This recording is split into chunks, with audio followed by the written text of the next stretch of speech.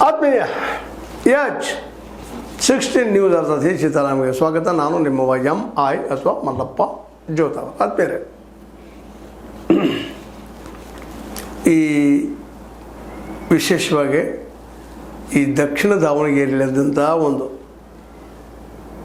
ಬಿಕ್ಕಟ್ಟು, ಮುಸ್ಲಿಂ ನಾಯಕರಿಗೆ ಟಿಕೆಟ್ ಕೊಡದೆ ಹೋದದ್ದು, ಅದೇ ಕಾಲಕ್ಕೆ ಮಲ್ಲಿಕಾರ್ಜುನ್ ಅವರು ಒತ್ತಡದಿಂದ ಕಾಂಗ್ರೆಸ್ ಟಿಕೆಟ್ ಕೊಡದೇ ಇದ್ದಾಗಲೇ ನಾಮಪತ್ರ ಸಲ್ಲಿಸಿದ್ದು, ನಂತರದಲ್ಲೇ ಈ ನಮ್ಮ ಭೀಮಣ್ಣ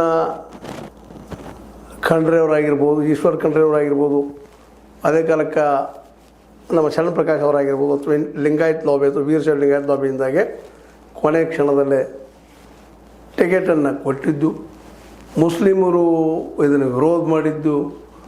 ಆ ಸಂದರ್ಭದಲ್ಲೇ ನಮ್ಮ ನಜೀರ್ ಅಹಮದ್ ಆಗಿರ್ಬೋದು, ಜಮೀರ್ ಅಹಮದ್ ಅವರಾಗಿರ್ಬೋದು, ಜಮೀರ್ ಖಾನ್ ಅವರಾಗಿರ್ಬೋದು, ಅದೇ ಕಾಲಕ್ಕೆ ನಮ್ಮ ಜಬ್ಬಾರ್ ಅವರಾಗಿರ್ಬೋದು, ಇವರ ಎಲ್ಲರೂ ಮುಸ್ಲಿಮರ ಪರವಾಗಿ ಒಂದಿಷ್ಟು ಮಾತಾಡಿದ್ದಾಗಿರ್ಬೋದು. ಇವೆಲ್ಲ ಕುಡ್ಕೊಂಡು ಇವತ್ತು ದೊಡ್ಡ ಪ್ರಮಾಣದಲ್ಲಿ ಒಂದು ಅಸಂತುಷ್ಟಿಯನ್ನು ಕಾಂಗ್ರೆಸ್ನಲ್ಲಿ ಉಂಟು ಮಾಡಿದ್ದಾರೆ. ಇದನ್ನು ಉಪಯೋಗ ಮಾಡ್ಕೊಳ್ತಾ ಇದ್ದಾರೆ BJPಗರು ಅಥವಾ BJP ಮಾಧ್ಯಮಗಳು ಸಹಿತ. ಹೌದು, ಅಷ್ಟು ಗಡಿಬಿಡಿ ಏನಿತ್ತು ಈಗ ಶಿಕ್ಷೆ ಕೊಡುವಂಥದ್ದು, ವಜಾ ಮಾಡುವಂಥದ್ದು, ರಾಜೀನಾಮೆ ತೆಗೆದುಕೊಳ್ಳುವಂಥದ್ದು ನಮ್ಮ DK ಶಿವಕುಮಾರ್ ಅವ್ರಿಗೆ, ಇದಕ್ಕೆ ಉತ್ತರ ಕೊಡಬೇಕಾಗ್ತದೆ. ಅದು ಇವತ್ತು ದೊಡ್ಡ ಪ್ರಶ್ನೆ ಆಗಿದೆ. ಮಲ್ಲಿಕಾರ್ಜುನ್ SS ಅವರಿಗೆ ಯಾಕೆ ಇವತ್ತು ಶಿಕ್ಷೆ ಆಗಿಲ್ಲ, ಅವ್ರಿಗೆ ಯಾಕೆ ಶಿಕ್ಷೆ ಕೊಡ್ತಾ ಇಲ್ಲ? ಒತ್ತಡ ಹಾಕಿ ತೊಗೊಂಡಿದ್ದು ಟಿಕೆಟು, ಮೊದಲು ತೊಗೊಂಡಿದ್ರಲ್ಲ, ಅದು ಟಿಕೆಟ್ ಕೊಡೋಗಿದ್ದು ಪೂರ್ವದಲ್ಲಿ ನಮ್ಮ ನಾಮಪತ್ರವನ್ನು ಸಲ್ಲಿಸಿದ್ರಲ್ಲ, ಒತ್ತಡ ಹಾಕಿಕೊಂಡು. ಇದ್ರ ಬಗ್ಗೆ ಏನಾದರೂ ಮಾತಾಡಿದ್ರೆ ರೆಡ್ಡಿಯವರೆಗೆ DK ಶಿವಕುಮಾರ್ ಇದು ತಪ್ಪಲ್ವಾ? ಯಾಕಂದರೆ ಸ್ವತಃ ನಮ್ಮ ಲಿಂಗೈಕ್ಯ ಶಾಮನೂರು ಶಿವಶಂಕರಪ್ಪನವರು ಮುಸ್ಲಿಮರಿಗೆ ಕೊಡ್ತೀನಪ್ಪ ನಾನು ಮುಂದಿನ ಒಂದು ಚುನಾವಣೆ ಅಂತ ಹೇಳಿದರು. ಅದನ್ನು ಸ್ವತಃ ಅವ್ರು ಪಾಲಿಸಬೇಕಾಗಿತ್ತು ನಮ್ಮ ಮಲ್ಲಿಕಾರ್ಜುನ್ ಅವರು. ಅದು ಗೊತ್ತಿತ್ತು DKಶಿ ಅವ್ರಿಗೆ. ಅದನ್ನು ಮಾಡಲಾರ್ದ ಮುಸ್ಲಿಮರಿಗೆ ಟಿಕೆಟ್ ತಪ್ಪಿಸಿ ಕೊಟ್ಟಿದ್ದು ತಪ್ಪಲ್ವಾ? ಇದು ಅವ್ರು ತಪ್ಪು ಮಾಡಿದರೆ ತಪ್ಪಲ್ಲ, ನಾವು ಮಾಡಿದ್ರೆ ತಪ್ಪ ಅಂತ ಇವತ್ತು ಮುಸ್ಲಿಮ್ರಿಗೆ ಕೇಳ್ತಾ ಇದ್ದಾರೆ. ಯಾಕೆಂತಂದ್ರೆ ಇವೆಲ್ಲ ಡೆವಲಪ್ಮೆಂಟ್ಗಳು ಇವತ್ತು ಏನಾಗಿದೆಪ್ಪ ಅಂದರೆ ವಿಶೇಷ ಇವತ್ತು ಅನ್ಬೋದು DK ಶಿವಕುಮಾರ್ ಅಂತ ನಮ್ದು ಯಾವ ಬನ ಇಲ್ಲ, ನನ್ನೆಲ್ಲ 139 ನಾವು ಒಂದೇ ಬನ ಅಂತ ಹೇಳ್ತಾ ಇದ್ದಾರೆ. ಆದರೆ ಆ ರೀತಿ ಇಲ್ಲಿ ಕಂಡು ಬರ್ತಾ ಇಲ್ಲ. ಇದನ್ನು ಸಹಜದ ಎದುರಾಳಿಗಳು ಬುದ್ಧಿವಂತರಿದ್ದಾರೆ, ದೊಡ್ಡ ಇಶ್ಯೂ ಮಾಡ್ತಾ ಇದ್ದಾರೆ.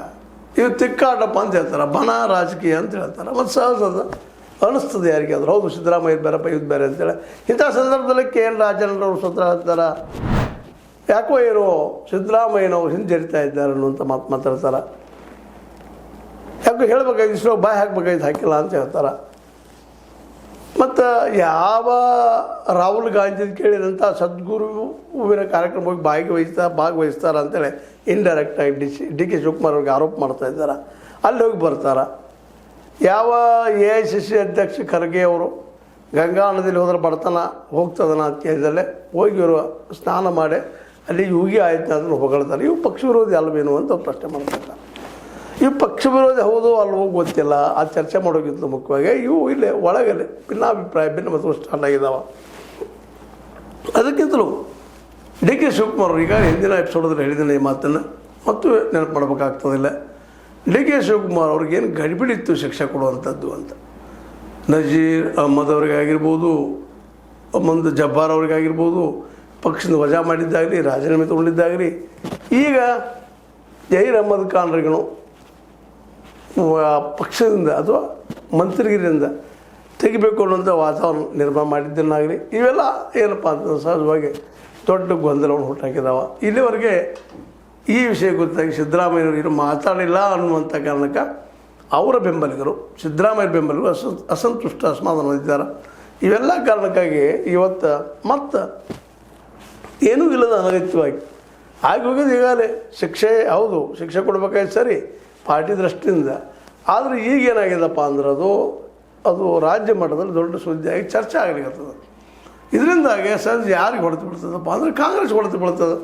ಬಿಡಿಸಿ ಹೇಳಬೇಕಾಗಿಲ್ಲ, ಮುಸ್ಲಿಮ್ಸ್ ಎಲ್ಲ ದೂರ ಸರಿತಾ ಹೋಗ್ತಾರೆ. SDLP ಆಗಿದೆ, SDPI ಕಡೆ ಒಲವು ತೋರಿಸ್ತಾರೆ. ಮತ್ತು ಮುಸ್ಲಿಂ ಲೀಗ್ ಒಂದು ಆಗ್ತಾಯಿದೆ, AIMDK ಅಂತೇಳಿ. ಇವೆಲ್ಲವೂ ಇವತ್ತು ಕಾಂಗ್ರೆಸ್ಸಿಗೆ ದೊಡ್ಡ ಹೊಡೆತವನ್ನು ಕೊಡುವುದರಲ್ಲಿ ಎರಡು ಮಾತಿಲ್ಲ. ಇಂಥ ಸಂದರ್ಭದಲ್ಲೇ ಡಿ ಕೆ ಶಿವಕುಮಾರ್ ಅವರು ಭಾಳ ಸಂಯಮದಿಂದ ಇದನ್ನು ತೆಗೆದುಕೊಂಡು ಡಿಸಿಷನ್ ತೊಗೊಳ್ಬೇಕಾಗಿತ್ತು. ಅದೇ ಕಾಲಕ್ಕೆ ಈ ಜಮೀರ್ ಅಹಮದ್ ಖಾನ್ರ ಬಗ್ಗೆನೂ ಒಂದಿಷ್ಟು ಲಿಬ್ರಲ್ ಆಗಿರ್ಬೇಕಾಗಿತ್ತು ಅನ್ನುವಂಥ ಮಾತು. ಯಾಕಂದ್ರೆ ಟೀಕೆ ಮಾಡೋದು ಭಾಳ ಸುಲಭ ರೀ. ನಮ್ಮ ಎದುರಾಳಿಗಳನ್ನಾಗಲಿ ಮತ್ತೊಂದಾಗಲಿ ನಾವು ಟೀಕೆ ಮಾಡೋದು ಭಾಳ ಸುಲಭ, ಅದಾದ ಅರಗಿಸ್ಕೊಡೋದ್ರಲ್ಲಿ ಸುಲಭ ಇಲ್ಲ. ಇವತ್ತು ಅದನ್ನು ದೊಡ್ಡ ಇಶ್ಯೂ ಆಗ್ತಾಯಿದೆ ಇವತ್ತು ಮೀಡಿಯಾದಲ್ಲೇ. ಇದರಿಂದಾಗಿ ಸಹಜವಾಗಿ ಕಾಂಗ್ರೆಸ್ಸಿಗೆ ಹಿನ್ನಡೆ ಆದಂಗೆ ಆಗ್ತದೆ. ಆಲ್ರೆಡಿ ಇನ್ನೂ ಚುನಾವಣೆ ರಿಸಲ್ಟ್ ಬಂದಿಲ್ಲ, ಬರಲಾರದ್ರೆ ಚರ್ಚೆ ನಡೀತಾ ಇದೆ. ಈಗ ಸೋತು ಹೋಗ್ಬಿಟ್ರೆ ಸಮರ್ಥರು, ಹಂಗದ ನಾ ಪರಿಸ್ಥಿತಿ. ಇವರೆಲ್ಲ ಮಾಡೋದು ನೋಡಿದಾಗ, ಮಲ್ಲಿಕಾರ್ಜುನ ಅವರು ವರ್ತನೆ ಮಾಡೋದು ನೋಡಿದಾಗ, ಇನ್ನುಳಿದ ಈಗ ಶಿಕ್ಷೆ ಅವರ ಇಬ್ಬರಿಗೂ ಕೊಟ್ಟಿದ್ದನ್ನು ನೋಡಿದಾಗ ಮುಸ್ಲಿಂ ನಾಯಕರಿಗೆ ಸಹಜವಾಗಿ ನನಸದ ಅಲ್ಲೇ ಸಮರ್ಥವರು ಸೋಲ್ತಾರ ಅನ್ನುವಂಥ ಒಂದು ಪ್ರಶ್ನೆ ಹುಟ್ಟಾಗ್ತಾ ಇದೆ. ಸ್ವತಂತ್ರವಾದ ಮೀಡಿಯಾಗೆ ಬೇಕಾಗಿರುವುದು ಸ್ವತಂತ್ರ ಧ್ವನಿ. ಆ ಸ್ವತಂತ್ರ ಧ್ವನಿ ಉಳಿಸಲು ನೀವು ಮಾಡಬೇಕಾದದ್ದು ಇಷ್ಟೇ. ಅದೇನಪ್ಪಾ ಅಂತಂತಂದ್ರೆ ನಿಮ್ಮ ಕೈಲಾದಷ್ಟು ಸಹಾಯ ಈ ಚಾನಲ್ಗೆ ಮಾಡಿ ಹಾಗೂ ನಿಮ್ಮ ಧ್ವನಿಯನ್ನು ಕಾಪಾಡಿಕೊಳ್ಳಿ. ಇದಕ್ಕೆಲ್ಲ ಕಾರಣ ಯಾರು ಅಂದ್ರೆ ನಾಮ ಅನಗತ್ಯ ಮುಗಿದು ಹೋಗ್ಯದ. ಈಗ ಅದು ಘಟನೆ ವಾರ್ನಿಂಗ್ ಕೊಟ್ಬಿಡ್ಬೇಕಾಗಿತ್ತು, ಏನೋ ಶಿಕ್ಷೆ ಕೊಡ್ಬೇಕಾಗಿದ್ರೆ ಮೇ 4 ನಂತರ ನೀಡಬೇಕಾಗಿತ್ತು ಅಂತ. ಈಗ ಅನಗತ್ಯ ಚರ್ಚೆ ಕಾರಣ ಆಗ್ಯದ. ಎಲ್ಲರೂ ಮಾತಾಡೋಲ್ಲ, ಹೌದಪ್ಪ ಮಾಡಬಾರ್ದಾಗಿತ್ತು ಅಂತೇಳಿ. ಈ ಎಲ್ಲ ನೆಲಗಟ್ಟಿನೊಳಗೆ ಈಗ ಎತ್ತಿರುವಂಥ ಈ ವಿವಾದ ಏನದಪ್ಪ ಅಂದ್ರೆ ಕಾಂಗ್ರೆಸ್ಸಿನಲ್ಲಿ ಒಗ್ಗಟ್ಟಿಲ್ಲ, ಯಾವಾಗಲೂ ಇವರು ತಿಕ್ಕಾಡ್ತಾ ಹೋಗ್ತಾ ಇದ್ದಾರೆ ಅನ್ನೋಂಥ ಒಂದು ವಾತಾವರಣವನ್ನು ನಿರ್ಮಾಣ ಮಾಡೋದ್ರಲ್ಲ ಇದು ಭಾಳ ಸಹಾಯಕ ಆಗ್ತದೆ. ಇದರಿಂದ ಸಹಜವಾಗಿ ಬಿ ಜೆ ಪಿಗೆ ಒಂದು ಬಲ ಬರ್ತದೆ. ಈಗ ಬಿ ಜೆ ಪಿಲಿರೋ ಕೊರತೇನು, ಅಲ್ಲೂ ಸಂಘಟನೆ ಒಪ್ಪೂನ ಮಾತ್ರ ಇಲ್ಲಂತಲ್ಲ, ಅಲ್ಲಿ ತಿಕ್ಕಾಟದ ಎಚ್ಚರಿಕೆ ಒಬ್ಬರು ಕಾಲು ಹಾಕ್ತಾ ಇದ್ದಾರೆ. ಅದಕ್ಕೆ ನಾನು ಒಬ್ಬ ಸೇಮಪ್ಪ ಅಂತೇಳಿ ಅದನ್ನು ತಿಳಿಲಾರ್ದ ನಮ್ಮ ಯಡಿಯೂರಪ್ಪ ಅವ್ರದಿಂಥವ್ರು ಇವ್ರು ಯಾಕಪ್ಪ ನಮಗೆ, ಅದಕ್ಕೆ ಇವ್ರ ತಂದೆಯವ್ರನ್ನ JDS ಸ್ಥಾಪಕ ನಮ್ಮ ದೇವೇಗೌಡರನ್ನ ಮಹಾರಾಷ್ಟ್ರದಿಂದ ಯಾಕೆ ಆಡಿಸಿ ಕಳಿಸ್ಬಾರ್ದು ರಾಜ್ಯಸಭೆಗೆ ಅವ್ರು ಚಿಂತನೆ ಮಾಡ್ತಾ ಇದ್ದಾರೆ. ಆದರೆ ದೇವೇಗೌಡರು ಮಹಾ ಮುತ್ಸದ್ದಿ ಅವರು, ಬೇಡಪ್ಪ ನಾವು ಇಲ್ಲೇ ಕರ್ನಾಟಕದಿಂದ ನಾವು ಇಟ್ಟಿದ್ದು ಕೊಡೋಣ ಅಂದರೆ ಇರೋದು ಒಂದು ಸೀಟ್ ಅದ BJPದು, ತಾವು ಮಾಡ್ಕೋಬೇಕು ಅನ್ನುವಂಥ ಲೆಕ್ಕಾಚಾರದಲ್ಲಿ ಅವರಿದ್ದಾರೆ. ಇದರಿಂದಾಗಿ ಸಹಜವಾಗಿನ ಇಫೆಕ್ಟ್ ಏನಾಗ್ತದಪ್ಪ ಅಂದ್ರೆ BJP ಮೇಲೆ ಏನಪ್ಪ ನಿಜವಾಗಿಯೂ ಕವರ್ ಇರೋರು ಯಾರು, BJPಗಿಂತಲೂ ಒಂದು ರೀತಿಯಿಂದ ಹಿಡಿದಿರೋರು ಯಾರು, ದೇವೇಗೌಡ ಮತ್ತು ಅವ್ರ ಮಕ್ಕಳು ಅಂದಂಗೆ ಆಗ್ತದೆ ಅನ್ನೋಂಥ ಮಾತುಗಳು ಕೇಳಿ ಬರ್ತದೆ. ಒಟ್ಟಾರೆಯಾಗಿ ಇವು ಡೆವಲಪ್ಮೆಂಟ್ ನೋಡಿದಾಗ ಇವತ್ತು ಸಿದ್ದರಾಮಯ್ಯರು ಕ್ಯಾಬಿನೆಟ್ ಮೀಟಿಂಗ್ ಮಾಡ್ಲಿಕ್ಕೆ ಮತ್ತೆ ನಡೆದ ಯಥಾರ್ಥ ಸತ್ತು ಜಮೀರ್ ಖಾನ್ ಹೊರಗೆ ಹಾಕ್ತಾರೋ ಅಂತೂ ಅಲ್ಲ. ಯಾಕಂದ್ರೆ ಈಗಾಗಲೇ ಅವ್ರ ಪರವಾಗಿ ಮಾತಾಡಿದ್ದಾರೆ ನಮ್ಮ ಮುಖ್ಯಮಂತ್ರಿಗಳು. ಯಾಕಪ್ಪ ಅಂದ್ರೆ ಅಂಥ ತಪ್ಪು ಮಾಡಿಲ್ಲ, ನಾ ಹೇಳಿದಲ್ಲೇ ಅವ್ರದಿಂಥವರು ಕೇರಳಕ್ಕೆ ಹೋಗಿದ್ದರು ಪ್ರಚಾರಕ್ಕೆ ಅನ್ನುವಂಥ ಮಾತಾಡಿದ್ದಾರೆ. ಮತ್ತು ಅದೇ ಕಾಲಕ್ಕೆ JDS ನಮ್ಮ ಕುಮಾರಸ್ವಾಮಿಗಳು ಇವ್ರ ಜೊತೆ ಸಂಪರ್ಕದಲ್ಲಿದ್ದಾರೆ. ಒಂದಿನ ಅಂಥ ಪ್ರಸಂಗ ಬಂತಪ್ಪ ಅಂದ್ರೆ ನಮ್ಮಲ್ಲಿ ಬರುವಂತೆಯಪ್ಪ ಅನ್ನೋಂಥ ಮಾತು ಇರಬೇಕು ಅಲ್ಲೇ.